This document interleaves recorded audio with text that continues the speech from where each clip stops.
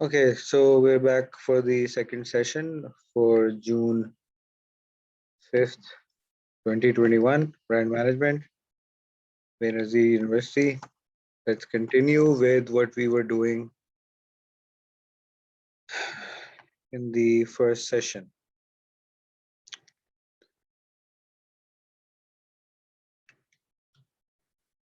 Sorry.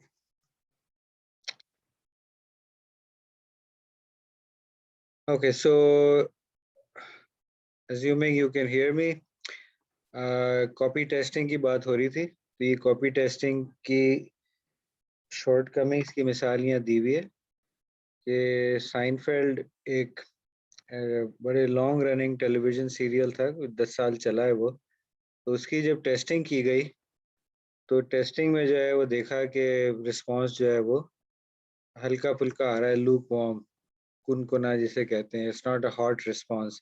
लोगों ने देखा कि ये जो साइनफेल्ड का कैरेक्टर है, जो कि जेरी साइनफेल्ड साहब प्ले करते हैं, तो पावरलेस, डेंस और नाइव है। और ये कि जो दूसरे कैरेक्टर्स हैं जेरी के साथ उस शो में, वो बेहतर होने चाहिए। तो इस रिएक्शन के बावजूद जो है वो एनबीसी जो नेटवर्क है, उन्होंने कहा कि हम चलाएंगे इसे, और मोस्ट सक्सेसफुल टेलीविजन शो वो बना। फ्रेंड्स भी साथ साथ चलता था और ये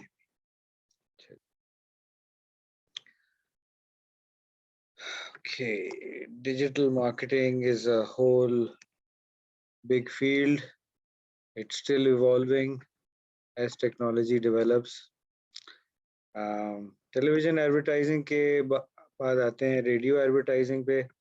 रेडियो एडवर्टाइजिंग के बारे में बड़ा इंटरेस्टिंग कमेंट किया था ये डेविड ओगिलवी एक साहब थे, एडवर्टाइजर।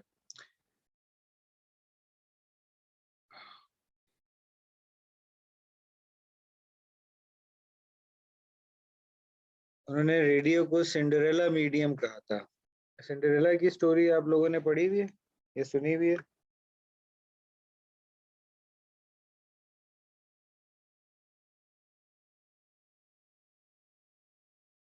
हेलो,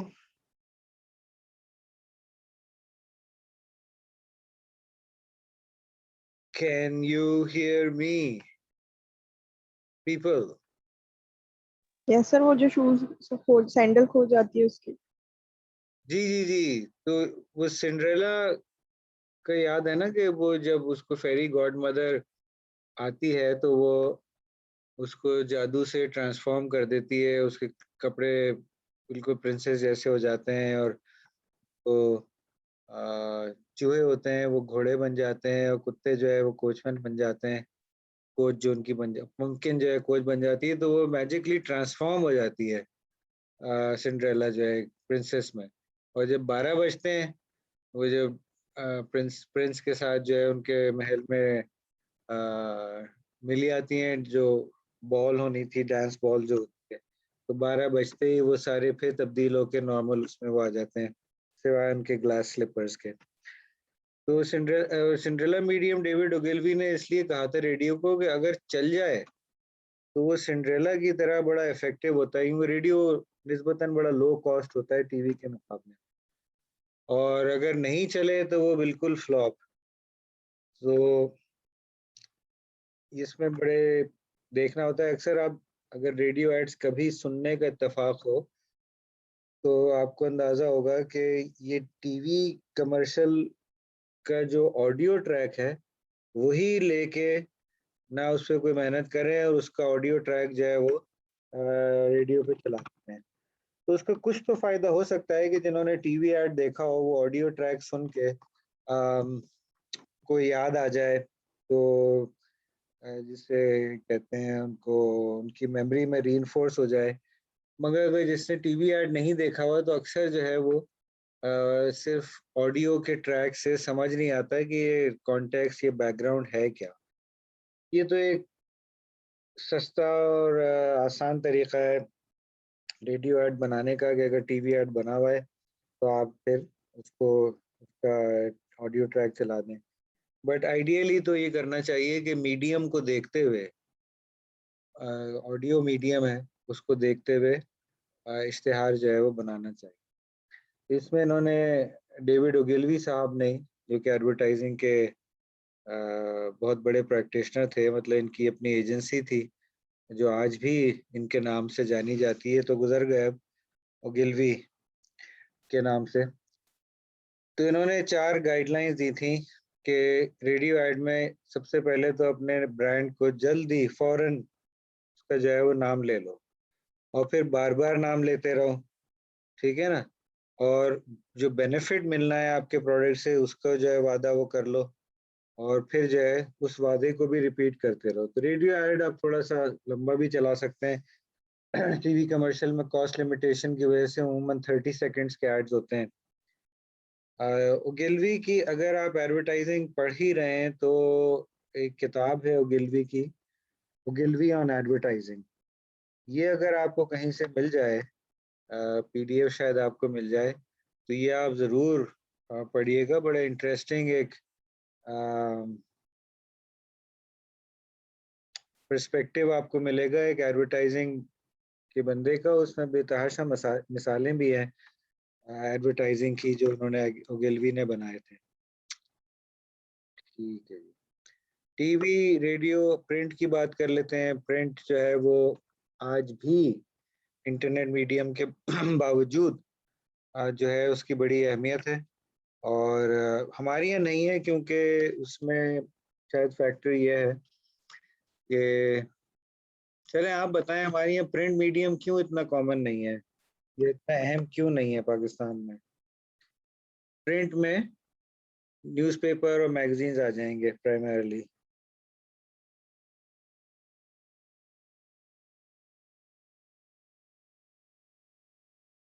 सर आजकल लोग ज्यादातर मोबाइल या टीवी देख रहे होते हैं, तो प्रिंट पे इतना फोकस करते नहीं है।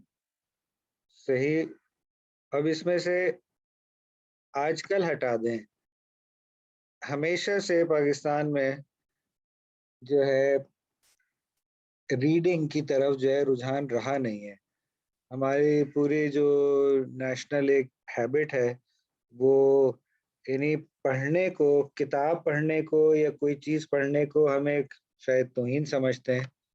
तो और मतलब टेक्स्ट बुक पढ़ ली तो बहुत बड़ा कोई जैसे एहसान कर दिया, उसके अलावा कोई टेक्स्ट खोल के नहीं देखेंगे, कोई अपने तौर पे कोशिश नहीं करेंगे कि खुद से कोई पढ़ लें। Generally speaking there are exceptions in Pakistan obviously, और इसका मतलब ये नहीं कि पोटेंशियल नहीं है हमें, पोटेंशियल तो बहुत है, दिमाग तो हमारा बहुत अच्छा है, मगर उसको इस्तेमाल करने का शौक नहीं है हमें। तो रीडिंग का रुझान ना होने की वजह से, और दूसरी चीज़ ये एक टेक्निकल फैक्टर है इलिटरेसी का। Sorry, somebody's status update turned on. So illiteracy की वजह से, पढ़ने ना लिखने आने की वजह से वो अखबार कहाँ पढ़ेंगे? डॉन 1 लाख, 22 करोड़ की आबादी में 1 लाख, न्यूज उससे भी कम, दी न्यूज जो है अखबार। जंग जो सबसे ज्यादा पॉपुलर है, मेरा ख्याल है 20-30 लाख से ज्यादा इसकी सर्कुलेशन नहीं होगी। जबकि आप न्यूज़पेपर प्रिंट के आज भी बाहर फिगर्स देखें तो करोड़ों में वो फिगर्स होते हैं कि वो अखबार जो छपता है। Magazines similarly. अच्छा, इकोनॉमी का भी इशू है कि डिस्पोजेबल इनकम हमारे पास कम होती है, तो लोग सोचते हैं कि भाई मैगजीन पे इसमें क्यों खर्च करें। एक अखबार भी आप मंगा रहे हैं तो 700-800 रुपए का कम से कम वो खर्चा है। तो इकोनॉमिक रीजंस भी हैं जिसकी वजह से रीडरशिप का रुझान जो है वो नहीं है। इतने कम सर्कुलेशन होने के बावजूद आप कभी पता कीजिएगा कि डॉन डॉन के या जंग के फ्रंट पेज पे, क्वार्टर पेज जो है या हाफ अ पेज, उस पे जो इश्तिहार आता है उसके रेट जो है वो मतलब लाखों में होते हैं। जंग के तो थिंक फ्रंट पेज के 10-12 लाख होते थे, इसी जमाने में अब और होंगे। तो प्रिंट का मीडिया हमारा, उसकी रीच बड़ी कम है निस्बतन। तो ये एक तो पाकिस्तान के लिहाज से डिसएडवांटेज है। एडवांटेज इसका एक बहुत बड़ा ये है कि एक तो न्यूज़पेपर्स की मल्टीपल लीडरशिप होती है, और मैगजीन्स की भी। तो मैगजीन अगर है तो पूरे महीने आपके घर में पड़ा रहेगा। अखबार जो है उमूमन शाम तक वो फिर दस्तरखान के तौर पे या शीशा साफ करने के लिए या कोई लिक्विड गिर गया उसके पोंछने के लिए काम आ जाता है। एक दिन का होता है। बट तो उसके रीयूज भी है, तो बार-बार चांस है देखे जाने का किसी अ, इश्तिहार का जो आपने दिया है। एक और बेनिफिट जो है प्रिंट का ये है कि क्योंकि स्टैटिक मीडियम है, मूव नहीं कर रहा, तो आप उसमें इंफॉर्मेशन जो है वो ज़्यादा दे सकते हैं, अगर आप इंफॉर्मेशनल अपील यूज़ कर रहे हैं तो।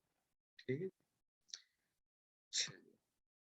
प्रिंट एड्स इंशाल्लाह अगर मौका मिला, ऑनलाइन क्लास हुई तो मैं फ़ोन कैंपस पे दिखाऊंगा।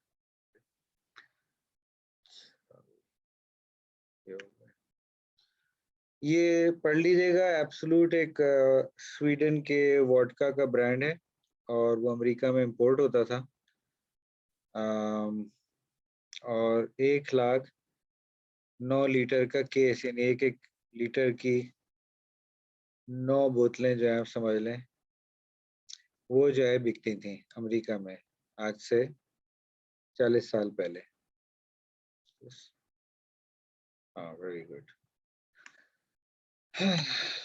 तो इन्होंने बजट क्योंकि लिमिटेड था, बड़ी से बड़ी कंपनी का बजट अल्टीमेटली लिमिटेड ही होता है, तो इनका भी बजट लिमिटेड था। इन्होंने देखा कि टेलीविजन एडवर्टाइजिंग के तो पैसे हैं नहीं हमारे पास, तो प्रिंट एडवर्टाइजिंग हम कर सकते हैं। और प्रिंट में भी न्यूज़पेपर, नेशनल न्यूज़पेपर के पैसे नहीं हैं, तो हम मैगजीन्स में एडवर्टाइजिंग करते हैं, रीजनल जो मैगजीन्स हैं। तो इनकी जो एजेंसी थी TBWA, तो इन्होंने प्रिंट कैंपेन निकाली और उसको रीजनली लोकलाइज किया। ये आप गूगल पे, यूट्यूब पे देखिएगा या गूगल पे सर्च कीजिएगा या कोई भी जो सर्च इंजन आप इस्तेमाल करते हैं कि हर शहर के लिहाज से, लेट्स से शिकागो में वो कर रहे हैं अपने वोडका को, तो शिकागो का मशहूर है विंडी सिटी, तो दिखाया है कि बोतल है और उस पे से जो लेटरिंग लिखी हुई है, जो बोतल पे लिखी होती है, वो उड़ती भी जा रही है कि जैसे हवा से उड़ रही है। ठीक है ना? इसी तरह लास वेगास का है, इसी तरह जो है वो न्यूयॉर्क का है, and so on so fourth. फिर ये थीम को ये एक्सपैंड करते गए। एक इश्तिहार इनका था, ये पूरी कैंपेन आपको इंटरनेट पे मिल जाएगी। और नीचे टैगलाइन हमेशा लिखी होती थी, absolute Chicago, absolute LA, absolute New York. फिर लोगों के नामों के साथ करने लगे, फिर आर्टिस्ट के नामों के साथ करने लगे। तो अपील इनकी थी कि यंग इंटेलेक्चुअल जो ये अल्कोहल, इनका वोडका ड्रिंकिंग ब्रांड है, वो अट्रैक्ट हो जाए कि हाँ भाई ये इन्होंने क्लेवर बात की है इश्तिहार में, हम समझ गए कि क्या कहना चाह रहे हैं, लिहाजा ये हमारे जैसा ब्रांड है। हम आहंगी हो गई, रेजोनेंस हो गई। तो ब्लाइंड टेस्ट टेस्ट जैसे हमने पहले चैप्टर में देखा था कि कराए जाते, तो यकीन है मुझे कि लोग एक ब्रांड में और दूसरे ब्रांड ऑफ वोडका में डिफरेंशिएट नहीं कर पाते। मगर प्रोडक्ट, प्राइस, प्लेस, प्रमोशन जो आपके 4 टूल्स हैं, उसमें से इन्होंने ना प्रोडक्ट चेंज किया, ना प्राइस चेंज की, डिस्ट्रीब्यूशन तो बढ़ानी पड़ी होगी, सिर्फ प्रमोशन को चेंज किया। और वो क्लिक कर गई अपील जो इनकी थी कि देखें, अगर ये आप ऐड समझ गए तो इसका मतलब है हम इतने ही क्लेवर हैं जितना कि आप क्लेवर हैं, तो लिहाजा हमारा जो है वो आप ब्रांड जो है वो इस्तेमाल करें। तो नतीजा ये निकला कि 20 साल में एब्सोल्यूट ब्रांड जो है वो नंबर 1 इम्पोर्टेड वोडका ब्रांड बन गया यूएस में। ठीक है ना? और 2006 तक थर्ड लार्जेस्ट प्रीमियम ब्रांड बन गया अल्कोहलिक बेवरेजेस में दुनिया में। ठीक है? कहाँ ये 1 लाख केसेस बेचते थे, अब 98 लाख केसेस बेच रहे थे बाय 2006। फिगर्स थोड़े पुराने हैं, अपडेट आप ले लीजिएगा। तो ये बहुत ही सक्सेसफुल प्रिंट कैंपेन की एक एग्जांपल है। इससे कतई ताल्लुक है ये प्रोडक्ट की कैटेगरी क्या थी, बट कैंपेन के लिहाज से ये बहुत सक्सेसफुल थी। अच्छा जी। डायरेक्ट रिस्पांस प्रमोशन जो है, डायरेक्ट मार्केटिंग भी जिसे कहते हैं, ये पाकिस्तान में वंस अगेन बहुत ही पुअर लेवल पे होती है। डायरेक्ट मार्केटिंग में होता है कि एक मैसेज जो है एक स्पेसिफिक शख्स को जा रहा है। जैसे आपको एसएमएस आते हैं इश्तिहारात के?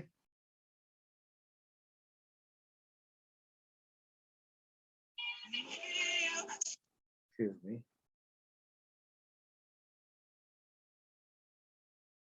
Yes or no? Do you get SMS ads? Sir इश्तिहारात के मैसेजेस तो नहीं आते।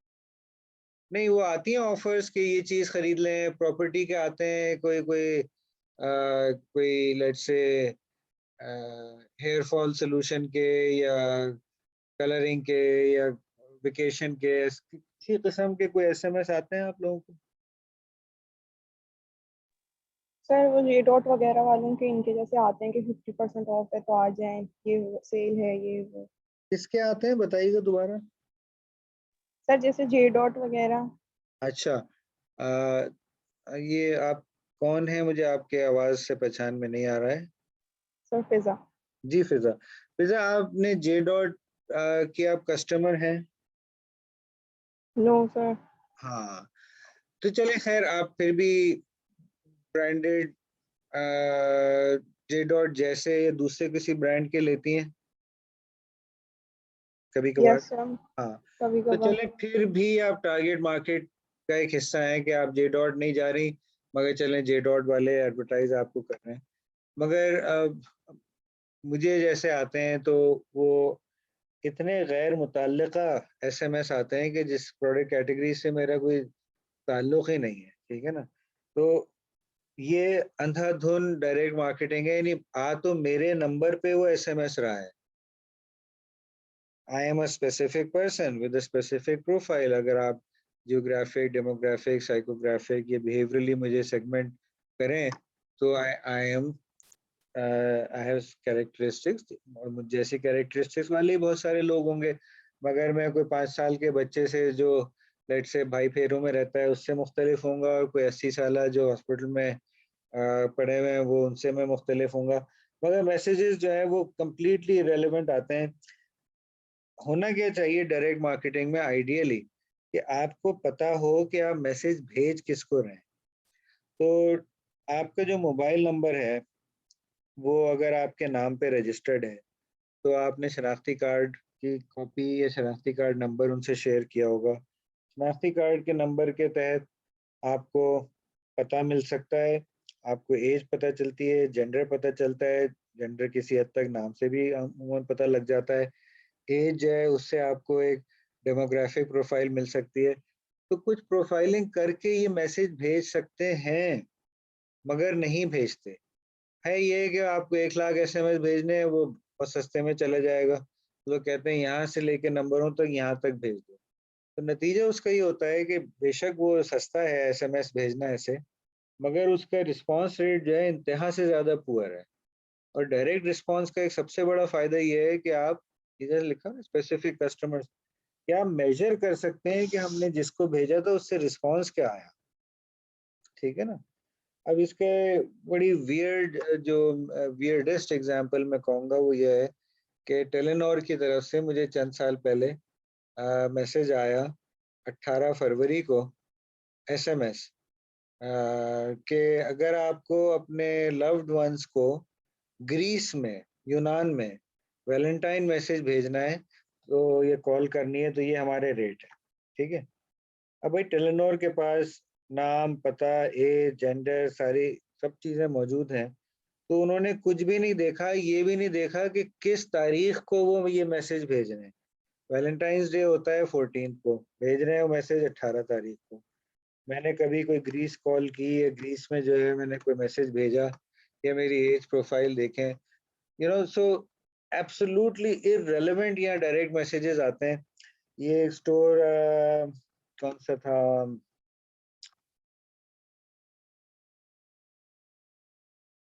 बड़े चेन्स जो हैं उनमें से, not Imtiaz but another one, तो उनकी वो मेंबरशिप थी जैसे इम्तियाज की मेंबरशिप है। इम्तियाज का भी यही हाल है कि वही इम्तियाज के पास वही शनाख्ती कार्ड, प्रोफाइल, अच्छा मेरी पूरी शॉपिंग की प्रोफाइल है। कि भाई मैं क्या क्या चीजें खरीदता हूँ, मगर कभी भी इनकी तरफ से कोई स्पेसिफिक मैसेज जो मुझसे रिलेट करता हो नहीं आया। जेनेरिक मैसेजेस आएंगे, ठीक है ना, कि ये ले लो, फलाना ले लो, ढिमका ले लो, और नतीजा पुअर रिस्पॉन्स रेट। तो डायरेक्ट मार्केटिंग में पता हो कि किसे मैसेज भेजा जा रहा है। और ये आई थिंक हमने शायद किसी पिछले चैप्टर में देखा, और टेस्को की मिसाल शायद देखी थी हमने, कि उनके जो 40 लाख कस्टमर्स थे, क्लब कार्ड मेंबर्स, उनको इनफरादी मैसेजेस जाते थे। And it's very easy to do this, जो कल जिक्र हो रहा था एआई का, एक्सपर्ट सिस्टम्स का, कि भाई ये प्रोफाइल है कस्टमर की, इसको ये वाले मैसेजेस जाने चाहिए। जो 3 हफ्ते से नहीं आया दुकान में, उसको मैसेज आना चाहिए कि भाई आप आइए तो आपको अगली खरीदारी पे इतना डिस्काउंट दिया जाए, ठीक है। अगर किसी ने लिखवाया हुआ है कि भाई मुझे ये आइटम नहीं मिला, उसको वो मैसेज जाना चाहिए कि भाई ये आइटम जो उस वक्त आउट ऑफ स्टॉक था, अब आ गया, आप आ जाइए, ठीक है ना। तो आसान है कहने को, मगर करते नहीं है यहाँ पे। अब उसकी वजह क्या है, ये मैं नहीं जानता। रियली माइंडसेट की खराबी है बेसिकली। इनफैक्ट ये आई थिंक टेलीनॉर के ही एक मुझे बता रहे थे एम्प्लॉय, कि नॉर्वे की कंपनी है ये, टेली का जो नॉर है वो नॉर्वे है, आपको पता होगा। तो वहाँ से हेड ऑफिस से इनके पास वो सारा कंप्यूटर की वो सॉफ्टवेयर आया हुआ था जो कि इस किस्म की डेटाबेस टारगेटिंग कर सकता है। तो कह रहा है मैं पूरी प्रोफाइल्स बनी हुई होती हैं कस्टमर्स की, मगर हम उसको यूज नहीं कर रहे हैं, क्या कर सकते हैं जी। डायरेक्ट मार्केटिंग हो गई, परमिशन मार्केटिंग का पता है, परमिशन मार्केटिंग, प्रिसिशन मार्केटिंग यहाँ लिखा हुआ है एनीवे।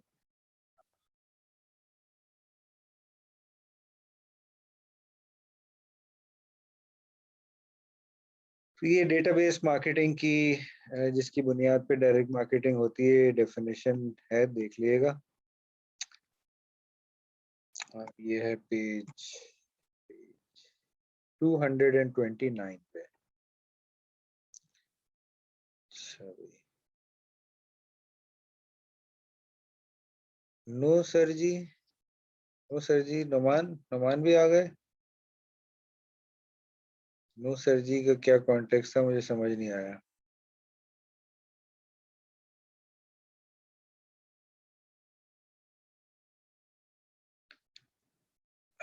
एक सेकंड, क्या लिखा है।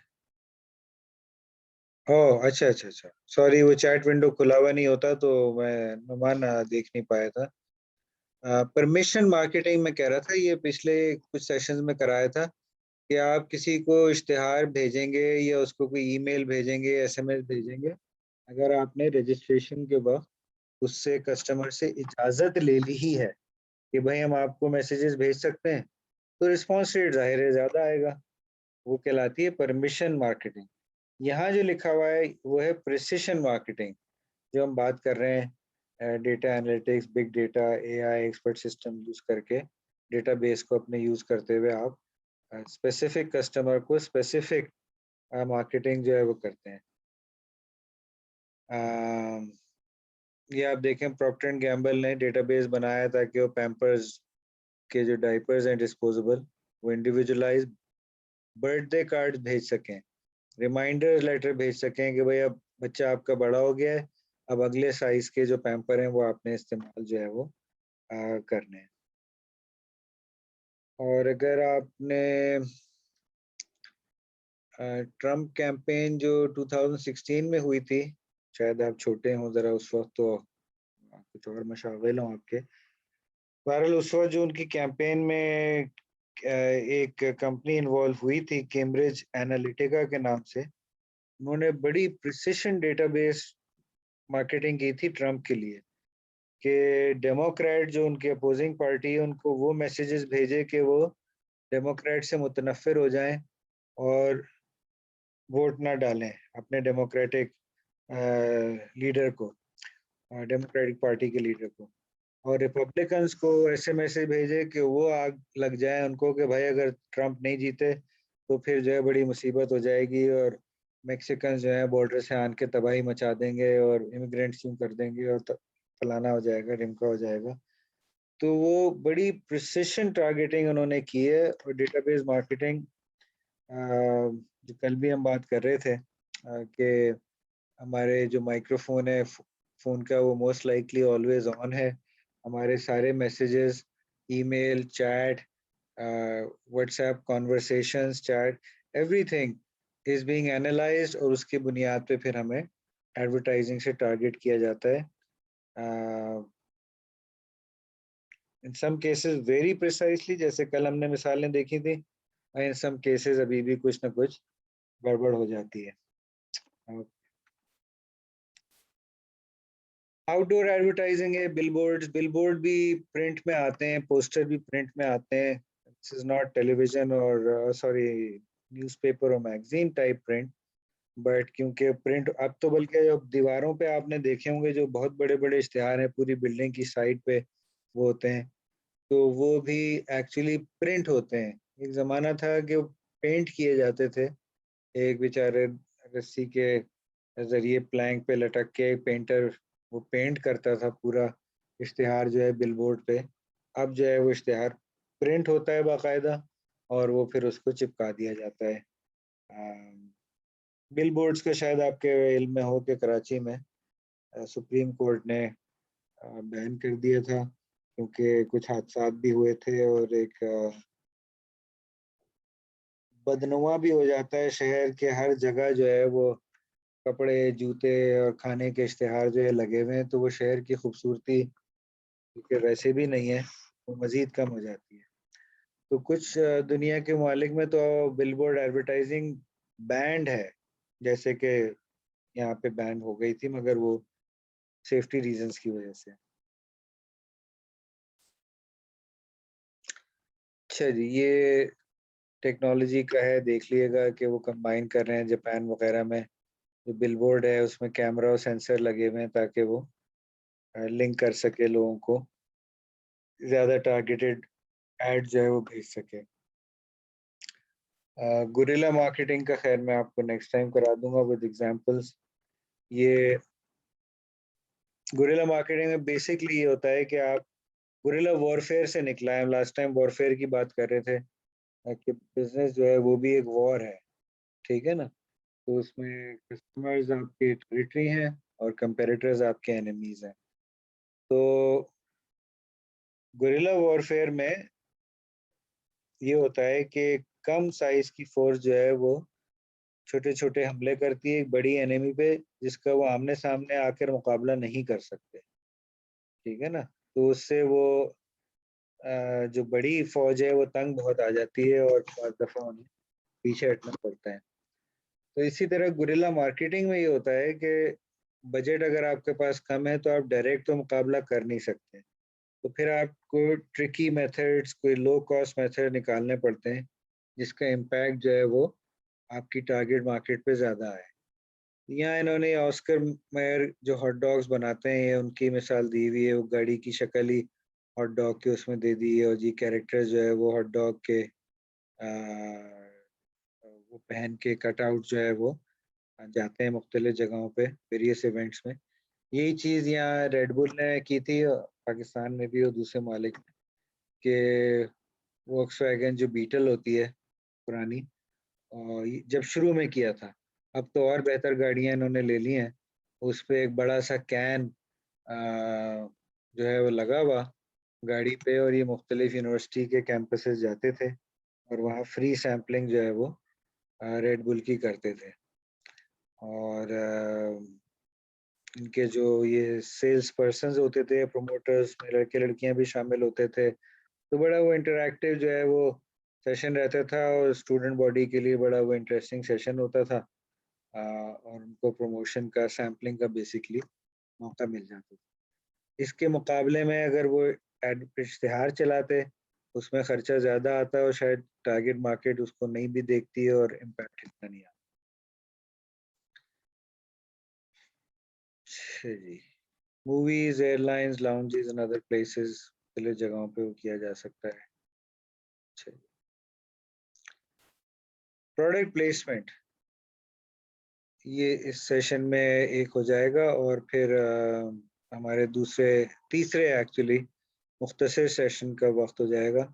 आई थिंक मैं 15 मिनट का गैप लेना चाहूँगा because it becomes rather tiring even for me to speak for 2 hours continuously.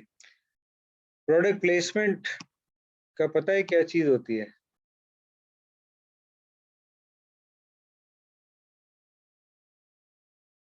Marketing में शायद आपने पहले पढ़ा हो।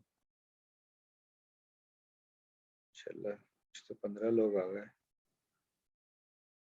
लही, आयशा, दुआ, फराज, फिजा, कौसर, महक, उमैर, नुमान, रीम, रिमशा, साकिब, तंजीला, युसरा, जीशान, शरीफ साहब। जी, प्रोडक्ट प्लेसमेंट क्या है? कोई बताना पसंद करेगा?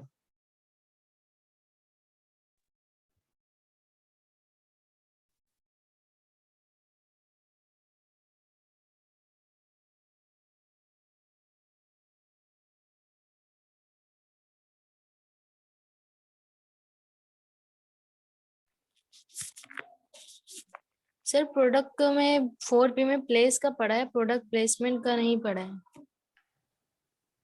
अच्छा, चलें गैस करेंगे क्या होता है।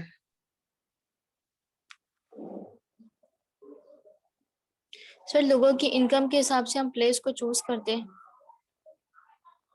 हाँ, कि कहाँ पे प्रोडक्ट सेल करनी चाहिए, कि यहाँ के लोग खरीदेंगे इनकम लेवल के हिसाब से आपके प्रोडक्ट। जी जी, ये तो खैर एक गैस वर्क है लफ्जों की बुनियाद पे, मगर प्रोडक्ट प्लेसमेंट का वो जो हम 4 P's प्लेस की बात करते हैं उससे ताल्लुक नहीं है। प्रोडक्ट प्लेसमेंट एक्चुअली प्रमोशन का एक तरीका है, ठीक है। इसीलिए मैंने यहाँ सोप ऑपरा लिखा था। सोप ऑपरा आप लोग समझते हैं? जैसे ये हम टीवी पे जैसे ड्रामे आते हैं, ठीक है ना, तो ये सोप ऑपरा की कैटेगरी में आते हैं। तो प्रोडक्ट प्लेसमेंट क्या होता है कि अपना प्रोडक्ट जो है आपका वो किसी फिल्म में, मूवी में या किसी टेलीविजन ड्रामे में और बाज रेयर केसेस में किसी नॉवेल में या कहानी में वो उसका इस्तेमाल जो है कोई कैरेक्टर कर रहा हो और अच्छे तरीके से इस्तेमाल कर, ठीक है ना। तो मिसाल के तौर पे जेम्स बॉन्ड जो है, जो कैरेक्टर है उनका, वो कौन सी गाड़ी चला रहे हैं और घड़ी उनके पास कौन सी है और मोबाइल फोन कौन सा है। तो अक्सर जो है जो कंपनीज ने एग्रीमेंट किया होता है इन मूवी फ्रेंचाइजेस के साथ कि भाई तुम हमारा फोन, अगर बैकग्राउंड वो दिखा रहे हैं और टेलीविजन कोई चल रहा है, वो टेलीविजन किसका होगा। तो इत्तेफाक भी हो सकता है, जरूरी नहीं कि हर प्रोडक्ट जो इस्तेमाल हो रहा है हर मूवी या टेलीविजन सीरियल में वो प्रोडक्ट प्लेसमेंट ही हो, मगर अक्सर होती है। तो अभी मैं नेक्स्ट सेशन में, जो कि 15 मिनट बाद इंशाल्लाह रखते हैं, 15-20 मिनट का ही टोटल, उसमें मैं प्रोडक्ट प्लेसमेंट का ही बताऊंगा।